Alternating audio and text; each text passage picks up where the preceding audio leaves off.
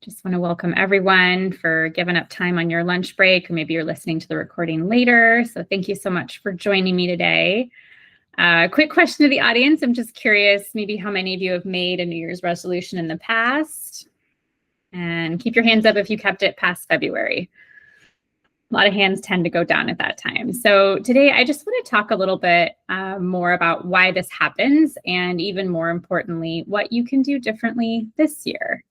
I just want to again introduce myself and talk a little bit about what I do here at Starkel Nutrition. So I'm a functional medicine certified nutritionist. I've also done additional training in the realm of intuitive eating. I really work with my clients on an individual basis, trying to create truly evidence-based care plans that are rooted in systems thinking. So really not just thinking about treating only their diabetes, but also working on their thyroid health, also working on their metabolic health, their cholesterol. So really trying to find plans that integrate all of their health goals into one. My key focus areas are cognitive and mental health nutrition. I work with a lot of digestive disorders as well. I have a key focus in women's health areas, as well as metabolic inflammatory conditions, and then as well as healthy aging and sports nutrition, really through that mindful eating lens as well. I want to really emphasize that I am surrounded by an amazing team of fellow providers. So if I ever don't know the answer to something, I have 8 other incredible people I can collaborate with and ask questions around. And so just to get back to our subject today, I really want to talk about something known as the January phenomenon. So every January, we tend to see this very predictable pattern. Gym parking lots are packed. Healthy meal prep is trending on social media. And supplement companies tend to see their biggest sales month at the beginning of the year. But here's really what the research tells us. So yes, gym membership attendance spike 30 to 50% in January. But by February, 80% of New Year's resolutions and goals have already been abandoned. So this isn't a failure of willpower or motivation. This really is a failure of approach. So today, I want to help you understand the science of why change is so difficult and give you a framework that actually works with your biology as opposed to against it.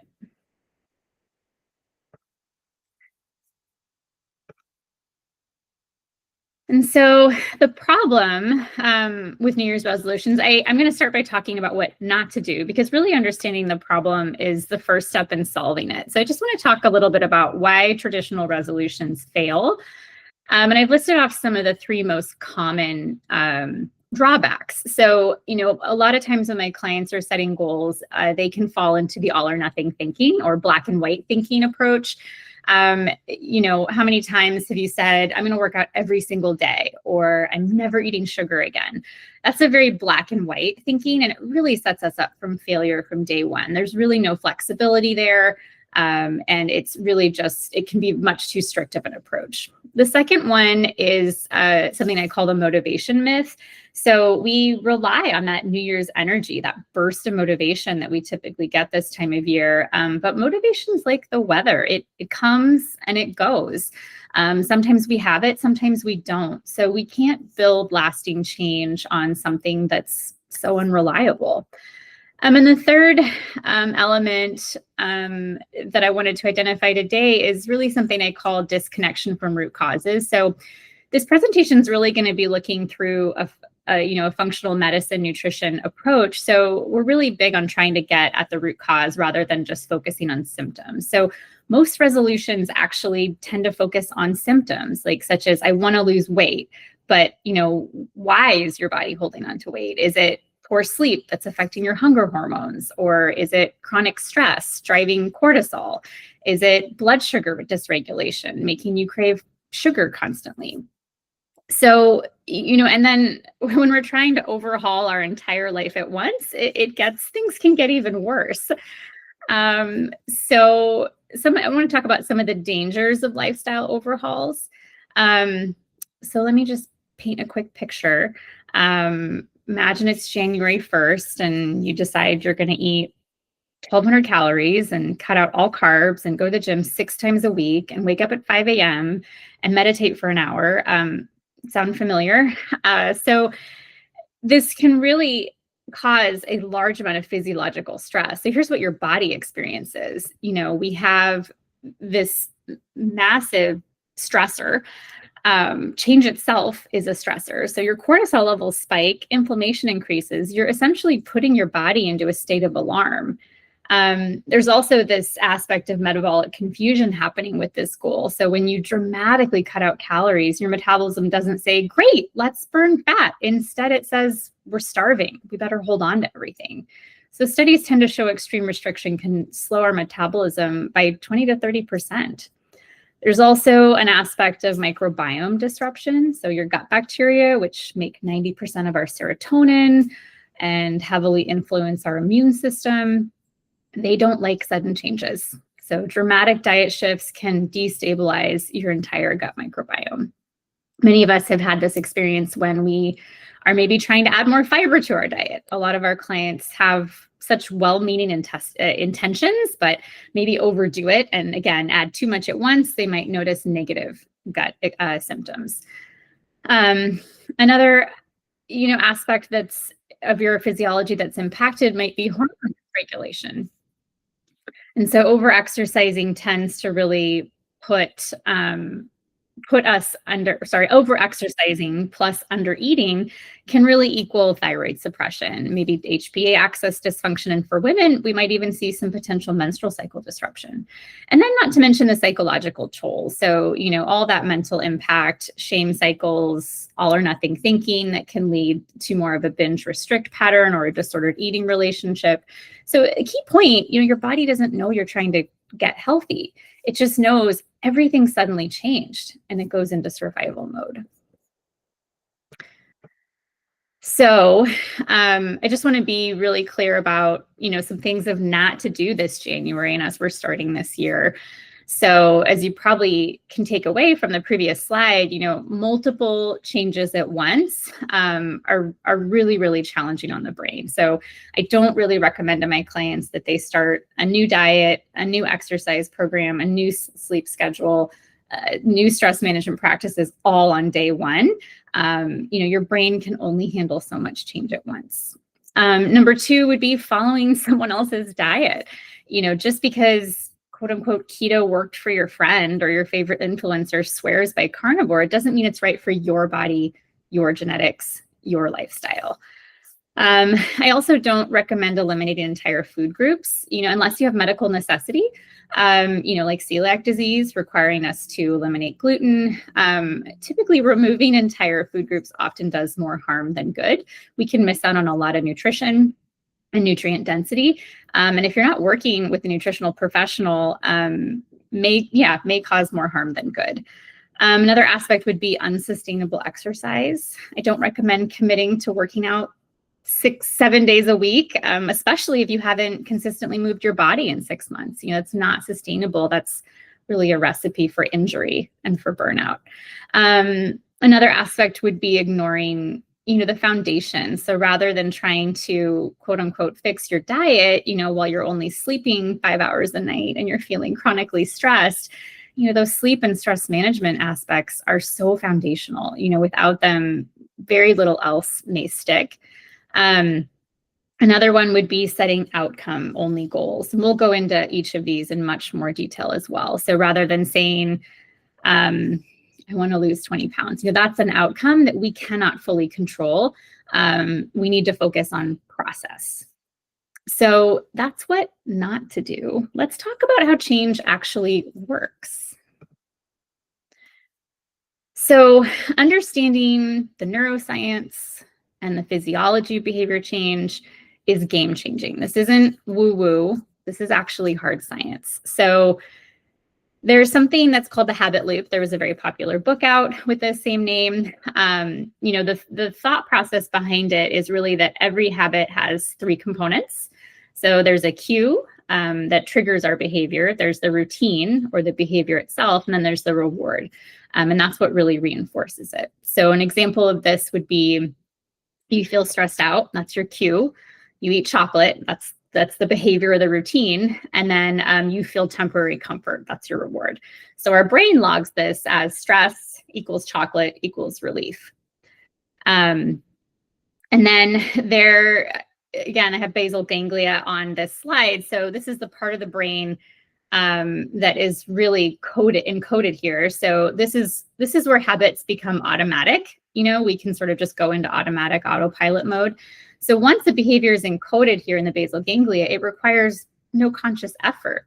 But here's the thing, it takes an average of 66 days, not the 21 days you've probably heard, to really encode it into our brain. I'd be remiss for not mentioning dopamine. So remember, dopamine is our reward, pleasure component, neurotransmitter. Small wins create little dopamine hits, which tend to strengthen this neural pathway. This is why celebrating even tiny victories really matter. You're literally rewiring your brain. So when a client tells me, maybe they were successful in, I don't know, putting on their running shoes when they got home from work, that was maybe the first step towards, really adding more movement into their week. That matters. I celebrate that. I say, great job for, committing to that, because you're literally rewiring your brain. And then I want to talk about the prefrontal cortex. This is the very front lobe of our brain. So this is where, this is the willpower center. So, but it's also like a muscle that can get very tired. So by the end of the day, our willpower tends to be very depleted. We've been making decisions all day long. We're tired, which is much more likely why you're more likely to struggle with food in the evening time. I hear that a lot from my clients. I was good all day. I just really struggle once I get home from dinner. So, the clinical point I want to emphasize here is, this is why we focus on building systems and environments that support you rather than relying on willpower alone. And then I want to talk also about, so that was more the neurological side. I want to talk about the physiology side of change. So we have this stress response. I talked about that earlier on. So change triggers your stress response, even positive changes. Maybe you're getting married, you're starting a new job. All of those create physiological stress. Our cortisol, that stress hormone, rises, and our inflammatory markers tend to increase. We start to see, this metabolic adaptation. So, your body has a set point that it's comfortable at. And when we try and change super rapidly, our body tends to fight back. So this is something also referred to as set point theory. Your metabolism, your hunger hormones, everything's adjusts just to keep you where you've been, to maintain that homeostasis. And there's something known as circadian biology. So this is really where timing matters. So, if we eat late at night, that tends to impact blood sugar differently than eating that same exact food in the morning. Our insulin tends to be more sensitive in the morning than at night. And exercise can affect those cortisol rhythms. So your circadian clock really influences everything, all of our organ systems. There's the gut-brain axis that's also impacted, by change. So remember, 90% of your serotonin is made in our gut. So our diet directly affects our mood, our motivation, our mental clarity. You really can't separate, the physical and mental health. They're both health. So this is why we need to work with our physiology, not against it. Fighting our biology is such a losing battle. I want to quickly just talk through the stages of change. This is based on the research of Proshka and DiClementi. So they really talk about how behavior change is not linear. We typically think of it as just this upward trajectory of us doing more and more and more and working towards that goal. There's actually a very well-researched model called the trans-theoretical model, or stages of change. And they're listed out here. So really that pre-contemplation and moving towards contemplation. So you go from thinking about a change to actually considering it. So, maybe I should do something about my health. Maybe I should start working with someone. You really kind of start visualizing yourself doing it and, thinking that it's realistic and something you could do. Then there's that preparation and moving towards action. So maybe you start planning and gathering information. So maybe you start researching healthcare providers, you start looking at schedules, you start making sure your insurance, accepts them. And then you take action. Maybe you finally call and schedule that. And so this is where most people start on January 1st, but we tend to skip those earlier stages. And then, there's also the maintenance and the integration stages of change too. So that's really where you're maintaining that change consistently until it becomes integrated. How this is just who you are now. So, an important point, we need to meet ourselves where we are.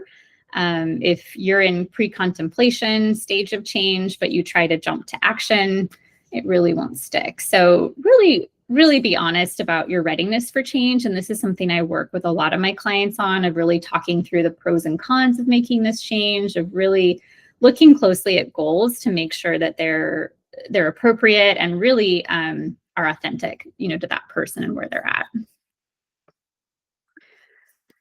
at.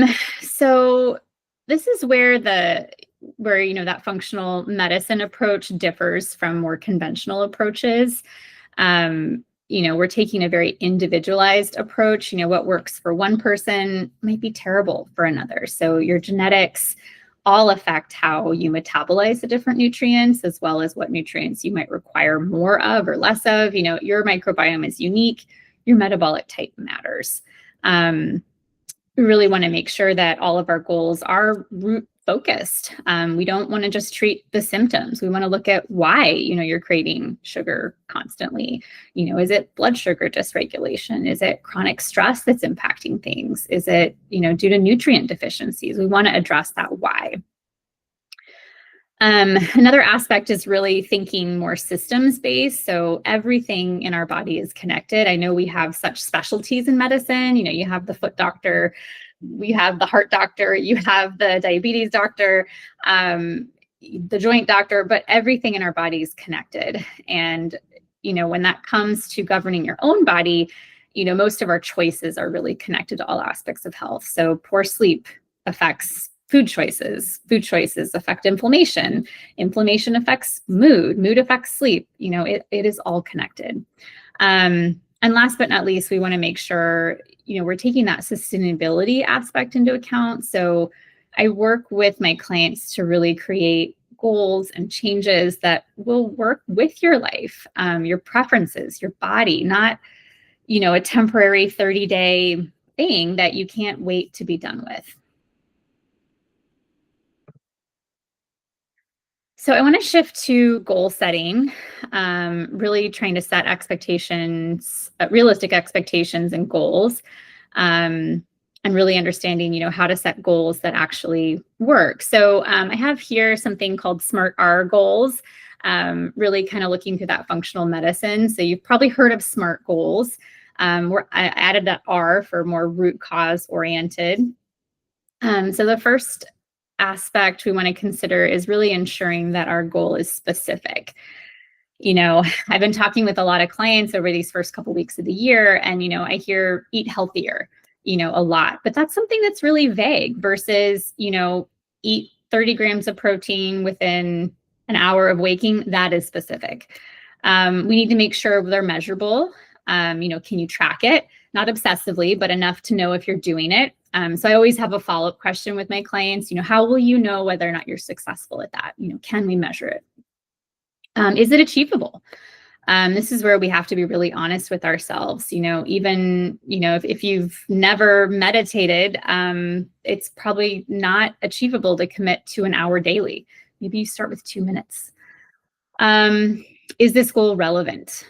So we need to make sure this goal matters to you, not because your doctor said so or your spouse wants to. It really needs to align with your own values.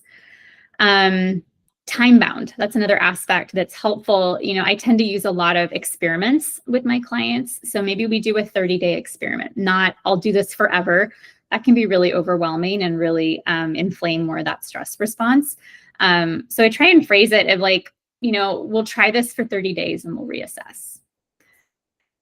And then last but not least, just making sure it's more root cause oriented. So really making sure that our goal addresses the underlying physiology, not just the symptoms. And then I really want to compare and contrast, again, that process versus outcome goals. This is really one of the most important distinctions I'll make tonight. So a reminder that outcome goal would be lose 20 pounds, we don't have control over this. Genetics, hormones, metabolism, stress, so many factors influence this, versus more of a process goal would be eat 30 grams of protein at breakfast. You have a lot of control over that. Did you do it or not? Yes or no? That's very much a process goal.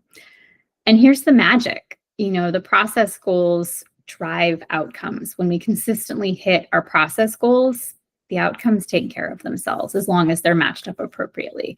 Plus, process goals build something called self-efficacy. So, basically seeing and believing that you can do something. Every time you hit a process goal, you prove to yourself you can do hard things, and that confidence compounds. So a better example would be, of a process goal here, eat vegetables with lunch and dinner 5 days a week, or walk for 10 minutes after dinner. Those would be great process goals. I also want to talk about realistic timelines.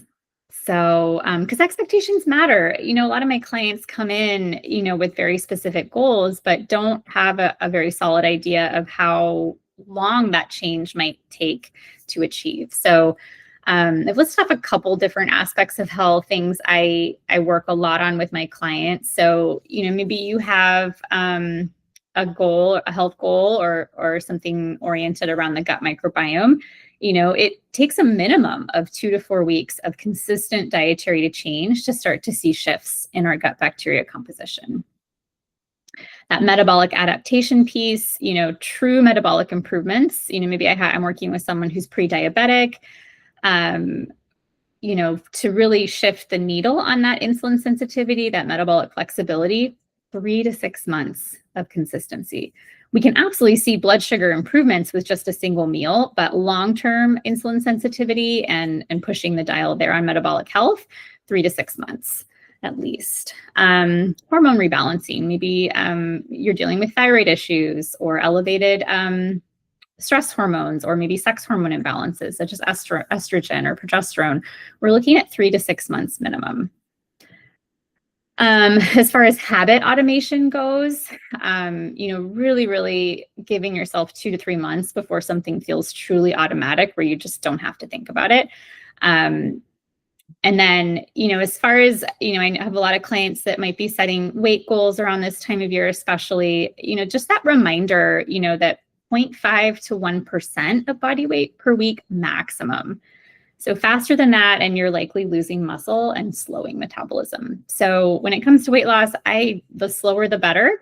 Again, those drastic changes tend to stress the body out, and it's going to be really hard to maintain that. So I'm giving you these timelines not to discourage you, but really just work to set realistic expectations. Healing takes time. I just encourage all my patients to be patient with themselves. More on managing expectations. So again, that reminder that change is not a linear process, and progress is also not linear. So you're going to have good weeks and you're going to have bad weeks. So I tend to liken progress more like a stock market chart, a general upward trend with a lot of fluctuation. So it's not just a straight line up. There's a lot of individual variation to this. So, your coworker, your spouse might lose weight faster than you. Your friend might see changes quicker.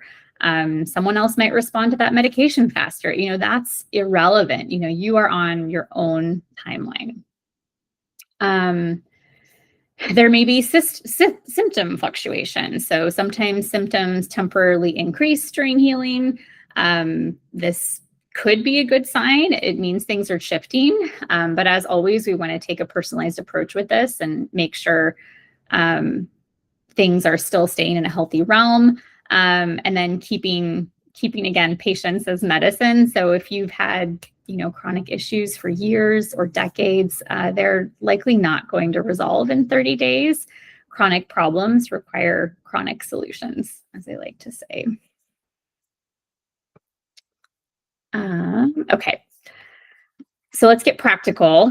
This is the framework I use with all of my clients. I really start with the foundation first, or I call like the big rocks. Think of your health like a house. We can't put up walls before you build the foundation.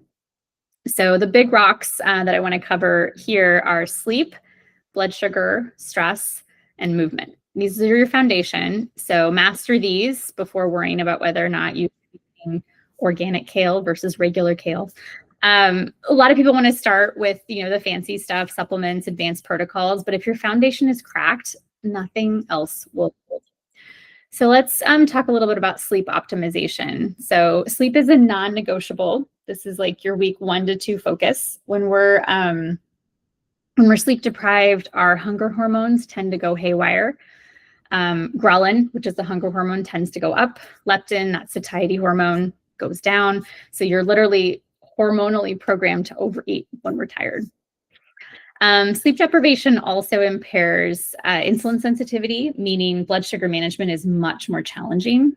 And willpower, remember the prefrontal cortex aspect we talked about, it needs sleep to function. So when you are exhausted, you have no willpower reserves. So one behavioral change that would fall under this number 1 rock, set a bedtime alarm, not a wake up alarm. You probably already have one of those. Set an alarm for when you need to start your bedtime routine. Mine goes off at 9:30 every night to remind me. So practical tip would be really working backwards from when you need to wake up. If you need to wake up at 6, you need 8 hours of sleep. If you need 8 hours of sleep, that's personalized to everyone. Maybe you only need 7. Do that math, to require what time you need to be asleep by, account for 30 to 60 minutes to fall asleep. So maybe your bedtime alarm needs to go off at 9. Do that math. The second one on this list would be blood sugar balance. So kind of the next 2 weeks, weeks 3 to 4. I focus a lot on blood sugar balance with my clients. This is absolutely foundational. When our blood sugar crashes, we don't typically calmly reach for a salad or vegetables. We tend to crave sugar, mostly refined carbs, anything we can to get that quick energy boost. Then we have a blood sugar spike, then we crash again. It's a roller coaster that keeps us really craving sugar and really needing that quick energy.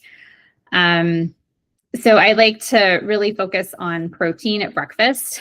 This is so helpful for keeping our blood sugar stabilized, keeping us satiated by reducing cravings throughout the day, and really just supporting muscle maintenance. So, balanced meals, including protein, healthy fat, fiber, colorful plants, those all help keep you stable. You're not crashing, you're not experiencing desperate hunger. You also have much better decision-making.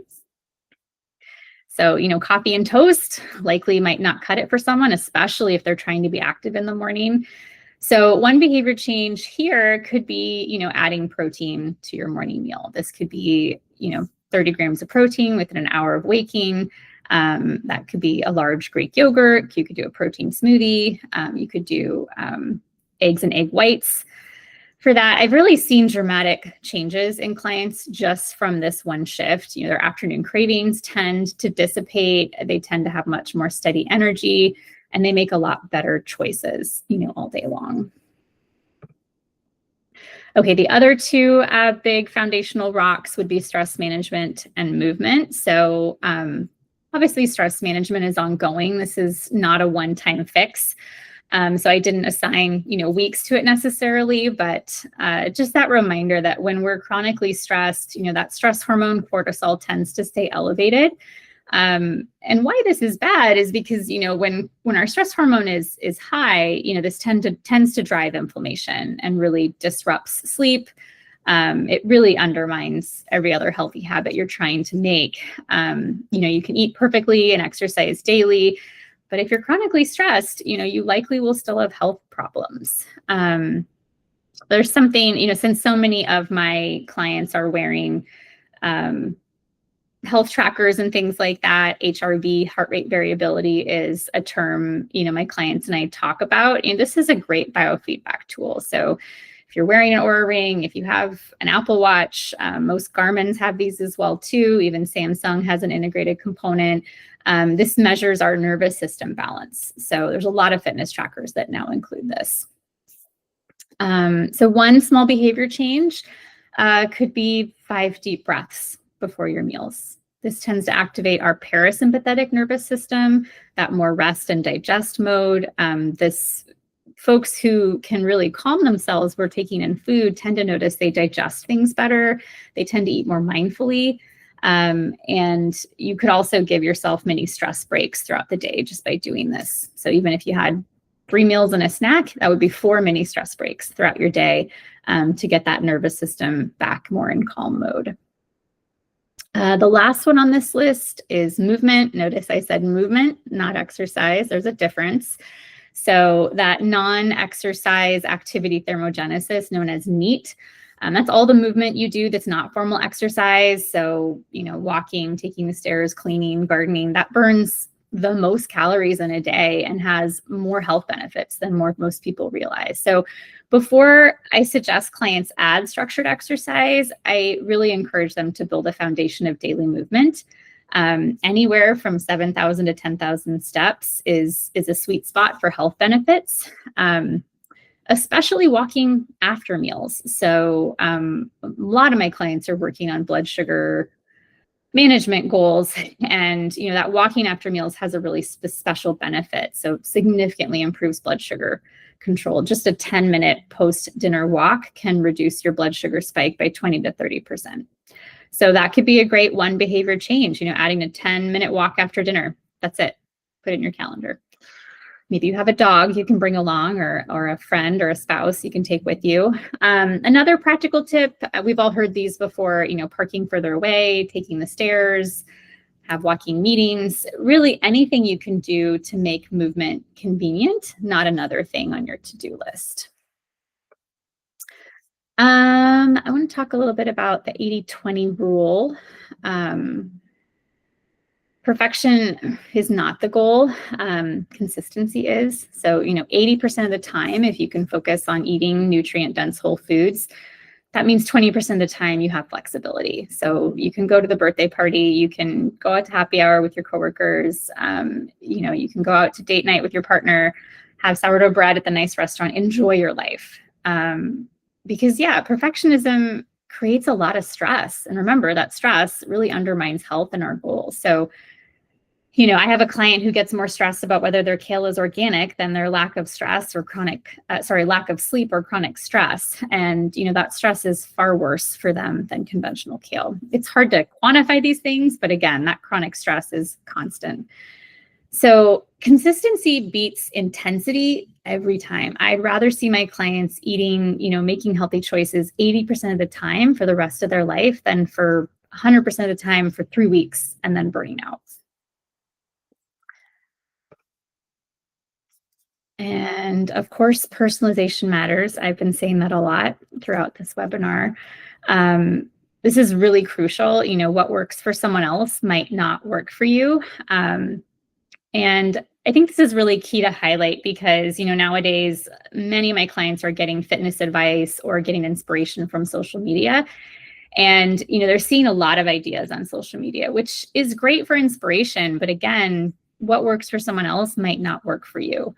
Maybe you have food sensitivities. Kale is quote unquote healthy, but, if you have a lot of digestive issues, a lot of raw cruciferous vegetables might not be ideal for you. Dairy is absolutely healthy, but if you're lactose intolerant, it's not going to make you feel well. Another aspect to consider would be metabolic type. There's no one agreed upon dietary pattern that works well for everyone. Some people thrive on higher carbs, especially if they're more active. They can feel energized, sleep well, perform better. Others do better with higher fat. There's so many different variations that we can play around with. So really working to find your metabolic sweet spot is really beneficial.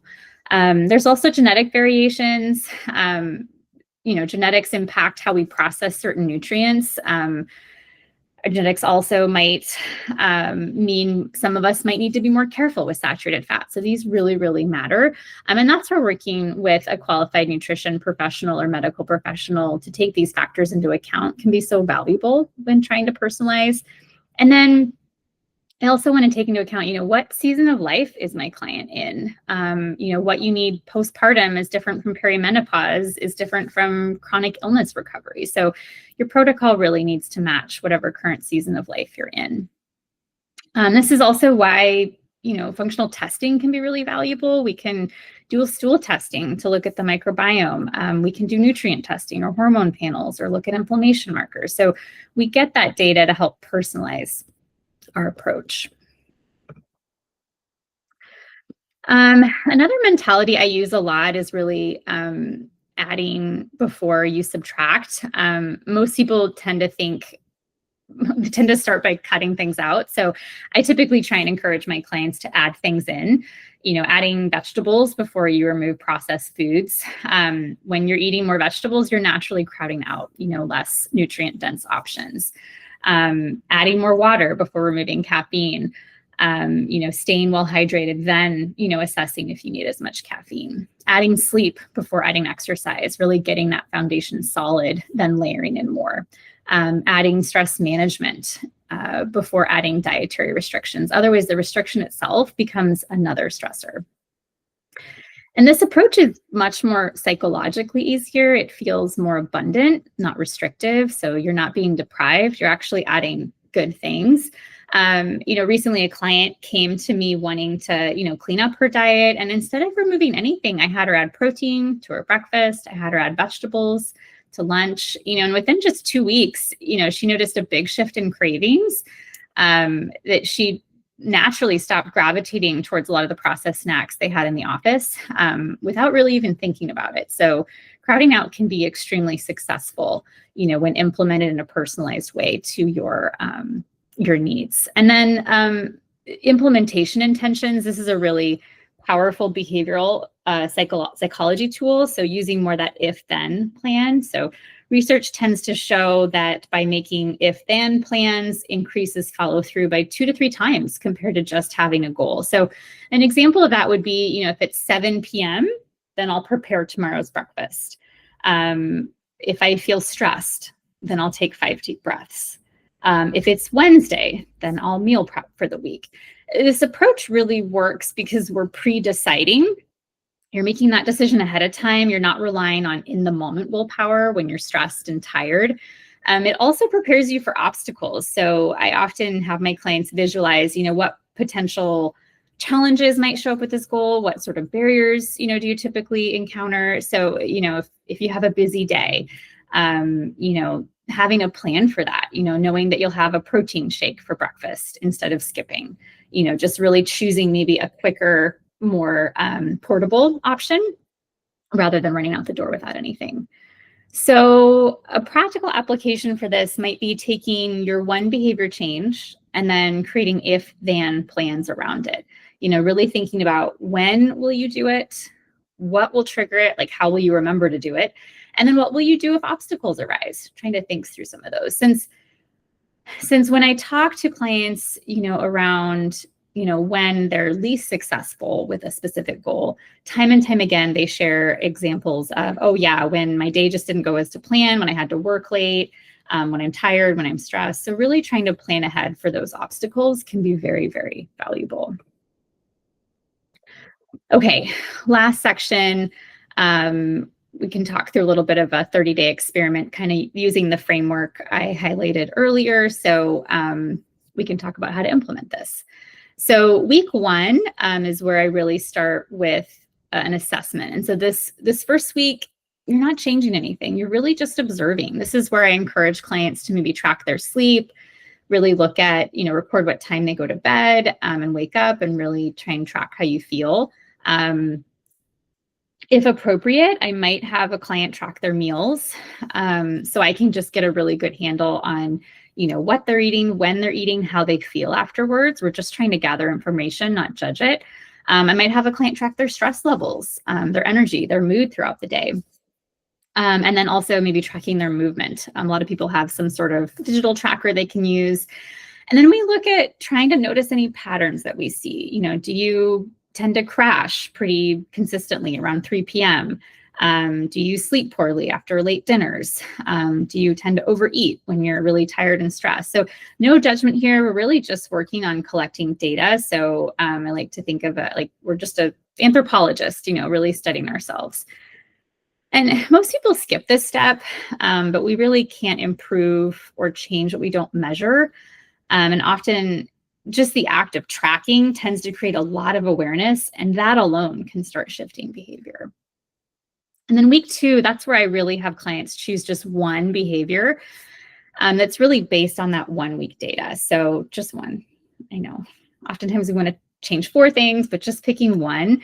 And this is where working with a trusted, healthcare provider can be really helpful, because it's about identifying what one thing would give you the biggest return on your investment. If your sleep is terrible, absolutely start there. If you skip breakfast and crash by 10 a.m., maybe start with adding that protein at breakfast. And I encourage folks to practice it daily, track whether or not you did it or not, a simple yes or no, just to sort of see like what sort of consistency do I need to maintain to get results. And then celebrate every win. Did you do it today? That deserves recognition. You're building evidence that you can do hard things. This week 2, this is where most people want to do 3 or 4 things. Resist, just one change, master it, then add more. You're much more likely to be successful. And then, in the week 3 and 4, here we're working on optimizing. So by week 3, you've had some practice. Now we can really troubleshoot, what's working, keep doing that. What's challenge? Let's problem solve. Maybe you chose that bedtime at 10 p.m. goal, but you're just not falling asleep. Okay, so what do we need to do to adjust your wind down routine? Do we need to address screen time? Do we need to come up with a plan to deal with racing thoughts or any anxiety rumination or anxiety that's happening at night? This is where an accountability partner or even using a tracking app can really help. Having someone to check in with or using a visual tracker can really help increase our adherence. This is also a point where you might realize you need to adjust the goal itself, and that's okay. Better a goal you actually do than one you should do but don't. Okay, week 4 is all about really anchoring and assessing, is this becoming automatic? Do you have to think about it as much? Is it getting easier? These are signs it's integrating. So how do you feel? Do you have more energy? Is your mood better? Are you sleeping better? Are you having fewer cravings? These subjective measures really matter. If you have access to lab work, here's where we could take into account something like fasting glucose or hemoglobin A1C. A lot of my clients are wearing some type of glucose monitor now. We might want to look at inflammation markers or hormone panels. Remember, we might not see change for all of these things, but it's a great time to retest and see if we can catch any changes. And then we decide, do we want to keep this habit and add another? Do we need to adjust this one? Do we need to continue for another month before adding more? Again, this is where it really helps to have a healthcare provider by your side to sort of help you have these conversations and have this level of curiosity and inquiry. Okay, what happens beyond the 30 days? So obviously the 30-day experiment is just the beginning. We want to layer those changes sequentially. We want to master one and then add another. This is how you build sustainable transformation without overwhelming. So I recommend reassessing every 90 days. That's about as far as our brain can really practically and process-wise think ahead. Really look at what's working, what needs adjustment. Your body changes, your life changes. Our approach should always be evolving as well. I encourage my clients to stay curious. Our body's always giving feedback. We just have to really practice listening to it. So by the end of the year, you could have integrated 4 to 6 major habit changes. That's so transformative. And you did it without the January burnout, without the shame cycle, without fighting your biology. So let's talk about some common pitfalls in our remaining time so you can avoid them. Number 1, we have to stop comparing our chapter 1 to someone else's chapter 20. This happens a lot on social media. We'll see people in the gym or just, people that have achieved some health goal that is important to us. And, we don't know their full story. We don't know their genetics. We don't know what their support system looks like. We have no idea what's happening behind the scenes. So I just encourage my clients to focus on your progress.